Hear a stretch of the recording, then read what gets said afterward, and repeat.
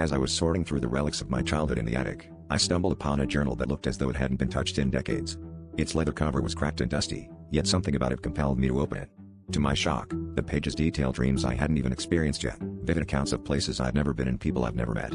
Each entry concluded with a detailed account of my own death, described with unsettling precision.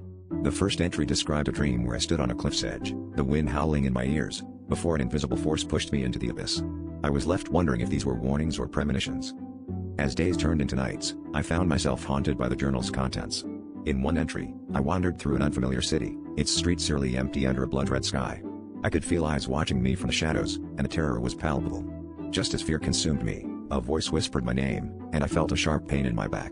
I woke up gasping, the sensation of a knife still lingering. I had never dreamt so vividly before, yet the journal's predictions seemed to be seeping into my reality. Was I doomed to live out these nightmares?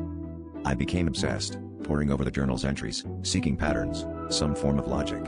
As I read on, I noticed a recurring symbol, a spiral, always present just before my demise. The spiral was there when I drowned in a storm, when I succumbed to a fire in an abandoned theater, and when I was trapped in a labyrinth with no exit. Each night, I dreaded sleep, fearing which dream would claim me next.